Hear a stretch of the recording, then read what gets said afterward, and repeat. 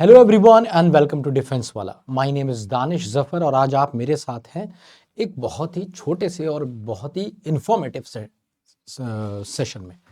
तो गाइस यहाँ पे बात होती है कि बेसिक्स ऑफ इंग्लिश लैंग्वेज क्या 10 मिनट में पढ़ाए जा सकते हैं। तो पहले तो मैं बताता हूँ कि हाँ, हो सकता है। अगर हम बात करें कॉन्सेप्ट की कि कॉन्सेप्ट क्या है अंग्रेजी का, how does English language work, आज मैं आपको ये बताने वाला हूँ। आज मैं आपको बताने वाला हूँ क्या कि अब अंग्रेजी भाषा काम कैसे करती है। अगर आप वो जान जाएंगे तो आप बेसिक कॉन्सेप्ट जान जाएंगे, और अगर आप बेसिक कॉन्सेप्ट जान जाएंगे तो आप 10 मिनट में एटलीस्ट ये तो समझ पाएंगे कि अंग्रेजी भाषा काम कैसे करती है। फिर आप वक्त के साथ जैसे जैसे उस पर प्रैक्टिस करते रहेंगे, आपके जो स्किल्स हैं वो बेटर होते जाएंगे। तो आइए शुरू करते हैं फटाफट, विदाउट वेस्टिंग अ मिनट। कोशिश करूंगा कि इस सेशन को 10 मिनट में खत्म कर दूं, ताकि आप अगर फास्ट फॉरवर्ड पे भी देख रहे हो तो 5 से 7 मिनट में देख लें। ठीक है, तो भाई देखिए, बात समझिए अंग्रेजी भाषा वर्क कैसे करती है। जब आप छोटे थे, बिल्कुल छोटे थे, आपको पढ़ाना शुरू किया, तो पढ़ाना शुरू किया किससे? अल्फाबेट से। किससे शुरू किया? अल्फाबेट। अल्फाबेट था, उस अल्फाबेट में आपको सिखाए गए letters, A B C D E F G letters आए, और लेटर्स से आपने बनाना शुरू किए words. Cat, dog, is, am, was, ये सारे वर्ड्स हो गए। तो हमारे पास अल्फाबेट था। अल्फाबेट मतलब वर्णमाला, जिसमें हमारे पास थे 26 अक्षर, और 26 अक्षर से बनाए हमने अनगिनत वर्ड्स। और भाई वर्ड से हमने क्या बनाया? सेंटेंस। ये तो बेसिक है। तो सर क्या मैं कोई भी वर्ड घुसा दूंगा 4-5 तो क्या सेंटेंस बन जाएगा? जैसे मैं लिख दूं nice you, beautifully solid universe, ये कोई सेंटेंस है? क्या इसका कोई मीनिंग है? नहीं भाई।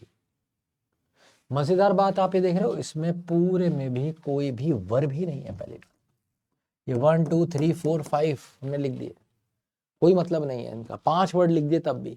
लेकिन मैं आपको बताऊं, सिर्फ 2 वर्ड भी एक कंप्लीट सेंटेंस बना सकते हैं। सिर्फ 2 वर्ड भी।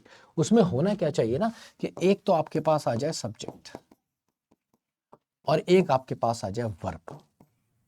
बस अगर एक सब्जेक्ट और एक वर्ब है तो आप सेंटेंस फॉर्म कर सकते हैं।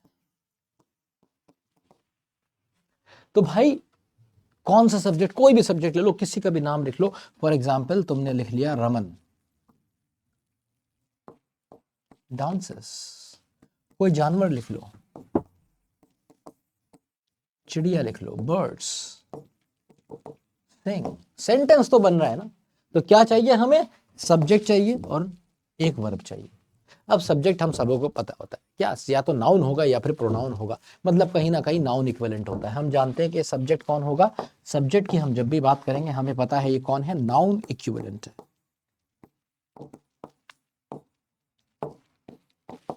सारा खेल इस मैडम का है, वर्ब का।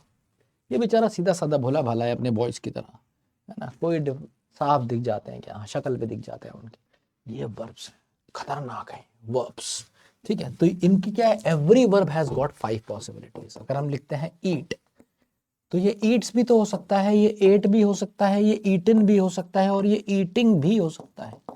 Every verb has got how many possibilities? 5। इसको हम फर्स्ट फॉर्म कह लेते हैं, इसको हम सिंगुलर फॉर्म कह लेते हैं, इसको हम सेकंड फॉर्म या पास्ट फॉर्म कह लेते हैं, इसको हम थर्ड फॉर्म या फिर पास्ट पार्टिसिपल मतलब पास्ट पार्टिसिपल कह लेते हैं, और ईटिंग आईएनजी फॉर्म, या फिर हम इसको V4 या फिर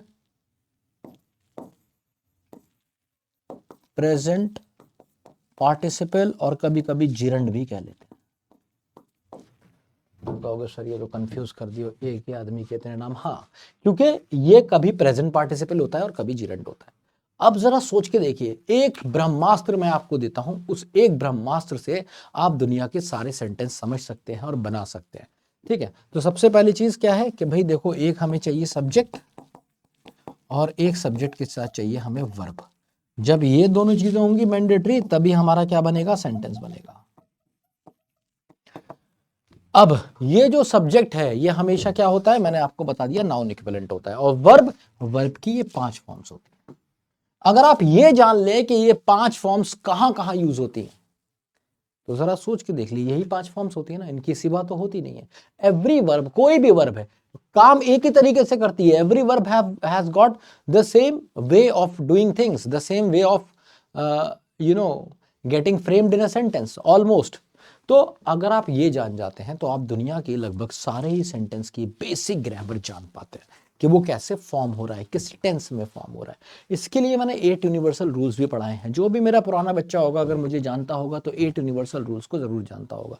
तो आज मैं उनका बहुत ही तेज क्विक रिवीजन करा रहा हूँ 5 मिनट के अंदर, सारे 8 यूनिवर्सल रूल्स। इनको अगर आप डिटेल में पढ़ना चाहते हैं तो गूगल पे सिर्फ आप टाइप करेंगे, दुनिया का गली का बच्चा बच्चा और कुत्ता कुत्ता जानता है 8 यूनिवर्सल रूल्स। मेरी वीडियो हर जगह, जहां भी कभी मैंने जीवन में पढ़ा है, ये जरूर पढ़ा है। ये आप कहीं पे भी गूगल मार दीजिएगा, आप यूट्यूब पे सर्च कर लीजिएगा, ये आपको कहीं ना कहीं मेरे नाम के साथ मिल जाएंगे। मेरे नाम के साथ सर्च करेंगे तो भी आपको ये मिल जाएंगे। ठीक है, तो पहला रूल क्या है, शॉर्ट में मैं आपको बता देता हूं कि भाई basics of subject verb agreement. मतलब क्या है कि भाई अगर सब्जेक्ट सिंगुलर यूज होती है तो वर्ब भी सिंगुलर आता है। मतलब अगर एक आदमी है, यहाँ पे मैंने सिखाया भी, देखो यहाँ पे मैंने क्या लिखा था, मैंने लिखा रमन, तो एक आदमी था तो डांसेस लिखना पड़ा, है ना, क्योंकि ये वाली एस और एस वाली सिंगुलर वर्ब होती है। इसीलिए हमने यहाँ पे जब बर्ड्स लिखा तो बर्ड्स एक से ज्यादा हो गई प्लूरल, तो मुझे सिंग लिखना पड़ा, क्योंकि बिना और एस और एस वाली ये फर्स्ट फॉर्म होती है और ये कहीं ना कहीं प्लूरल होती है। तो यही पहला रूल है यार, सब्जेक्ट के साथ वर्ब लगानी है बस। ठीक है, पहला रूल है कि सब्जेक्ट के साथ वर्ब जरूर लगेगी हमेशा। अगर सब्जेक्ट सिंगुलर है तो सिंगुलर लगाना, प्लूरल है तो प्लूरल लगाना। दूसरा, कहीं भी अगर तुम्हें दिख जाए डिड, डू, डस, जिंदा मुर्दा कैसे भी, तो इनके साथ वर्ब की फर्स्ट फॉर्म लगा देना। ये कौन सी फॉर्म होती है, बेस वाली होती है, जिसको हम प्लूरल कहते हैं। कोई भी सब्जेक्ट हो, कुछ भी है, उसका कोई एक्सेप्शन नहीं है। क्या याद रखना है, डिड, डू, डस के साथ हमेशा वर्ब की फर्स्ट फॉर्म चमका देनी है। तीसरा, कहीं भी तुम्हें हैव दिख जाए, हैज दिख जाए, हैड दिख जाए, या इनकी बहन हैविंग दिख जाए, आंख बंद करके इनके साथ वर्ब की थर्ड फॉर्म लगा देनी है, जिसे हम पास्ट पार्टिसिपल कहते थे। या तो इसके साथ वर्ब ही नहीं आएगी, आएगी तो थर्ड फॉर्म आएगी। बहुत छोटा सा एक एक्सेप्शन है, जब डिटेल में यूनिवर्सल रूल देखोगे तो आत्मतृप्त हो जाएगी इसमें। चौथा रूल, कहीं भी अगर तुम्हें गेट दिख जाए, या इसकी बहन गेट्स दिख जाए, या फिर गॉट दिख जाए, या फिर गॉट इन दिख जाए, या फिर गेटिंग दिख जाए, तो भी भाई चिंता नहीं करनी है, वर्ब की थर्ड फॉर्म लगा देनी। मोस्ट ऑफ द केसेस में, ज्यादातर केसेस में, कुछ इसके भी एक्सेप्शंस हैं। जब आप 8 यूनिवर्सल रूल को, बहुत थोड़े से एक्सेप्शन है, एक बार में समझ आ जाएंगे, अगर देखोगे तो आत्मतृप्त हो जाएगी एकदम। तो ये हो गया भाई तुम्हारे 4 रूल। दूसरी चीज, इनको जरूर डिटेल में देख लेना। अगर तुमने ये नहीं देखा है तो इंग्लिश में तुम्हें कुछ भी नहीं आता है, तुमने कुछ भी नहीं देखा है। तो ये मेरी तुमसे तह दिल से इंतजा है कि प्लीज ये 8 यूनिवर्सल जरूर देख लेना। चाहे मेरा कोई कंटेंट देखो ना देखो, ये जरूर देखना, तुम जीवन में मेरे को याद रखोगे अगर तुमने इस पर प्रैक्टिस कर ली है। ठीक है, अच्छा भाई, तो 4 हो गए। 5वां रूल, 5वां रूल होता है बी। और ये कमबख्त एकमात्र ऐसी फॉर्म है वर्ब की जिसकी 8 पॉसिबिलिटीज होती हैं।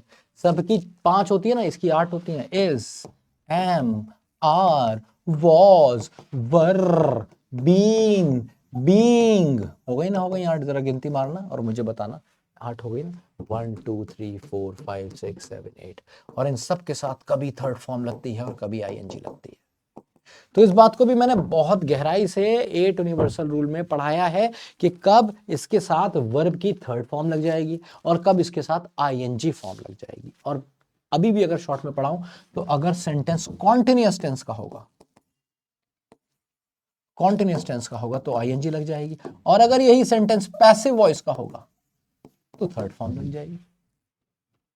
अब अगर तुम ये भी जानना चाहते हो सर बी होता क्या है, इसके यूज क्या होते हैं, इसका यूज होता है, आर एम क्या होते हैं, बीन कैसे यूज होता है, बीइंग, तो भाई ये सब पढ़ा है 8 यूनिवर्सल रूल में। इतनी गहराई से पढ़ा है कि एक क्लास में 8 यूनिवर्सल रूल की 2 या 3 ही रूल पढ़ा पाता हूँ जब ये इसकी गहराई में जाता हूँ।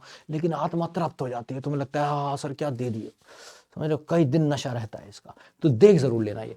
ठीक है, अब हम आते हैं 6ठे नंबर पे। तो सिक्स्थ रूल हमारा हो जाता है कि भाई ये second form of the verb जो होती है, हम सबकी बात कर रहे हैं, देखो थर्ड की भी बात कर रहे हैं, ठीक है, आईएनजी की भी बात कर रहे हैं, हमने अभी फर्स्ट फॉर्म की भी बात करी लास्ट पेज पे, इसकी भी तो बात करेंगे ना सेकंड फॉर्म। ये सिर्फ एक ही जगह यूज होती है, पास्ट इंडेफिनिट में। इसकी पहचान ही है क्या कि भाई सब्जेक्ट के साथ सेकंड फॉर्म दिख जाए तो समझ लो क्या है, पास्ट इंडेफिनिट, बात खत्म। सेकंड फॉर्म जैसे I went, she came, they decided, we loved, she ran, बस ये second form of the verb, पूरा सेंटेंस बना देता है। पास्ट बताता है। इसके बारे में भी गहराई से जानने के लिए 8 यूनिवर्सल रूल की क्लास देख लीजिए। सेवेंथ रूल में मैंने आपको बताया जितने भी मॉडल्स होते हैं, मॉडल्स कौन से होते हैं भाई, shall, should, can, could, will, would, must, ought to, dare, need, दो छूट गए, may, might, इन सब के साथ हमेशा कोई एक्सेप्शन नहीं है, वर्ब की फर्स्ट फॉर्म ही आएगी। हमेशा इनके साथ वर्ब की फर्स्ट फॉर्म आएगी, या तो वर्ब नहीं आएगी, आएगी तो हमेशा वर्ब की फर्स्ट फॉर्म। फर्स्ट फॉर्म कौन सी वाली, बेस वाली, ठीक है। और अब मैं तुम्हें दे रहा हूं आखिरी रूल, रूल नंबर 8, जो कहता है कि भाई आफ्टर टू क्या क्या हो सकता है, टू के बाद क्या क्या कांड हो सकता है। तो टू के बाद पहला केस तो होता है कि कोई वर्ब ही नहीं आई, टू के बाद पहला केस क्या, नो वर्ब। दूसरा केस क्या कि अगर कोई भी वर्ब आ गई तो हमेशा कौन सी फॉर्म होगी, फर्स्ट फॉर्म। फर्स्ट फॉर्म कौन सी वाली, बेस वाली, बेस मतलब प्लूरल वाली, हमेशा। कभी कभी इसका एक एक्सेप्शन है, इसके साथ आपको आईएनजी भी देखने को मिलती है, जो क्या होता है, जिरंड होता है। कह रहा हूं टू के बाद, एग्जाम्पल से एकदम समझ में आएगा। I went to the church, अब चर्च तो नाउन नहीं है ना, टू के बाद नाउन ही नहीं, वर्ब भी नहीं आया, पहला केस। दूसरा case, she came to see me, I will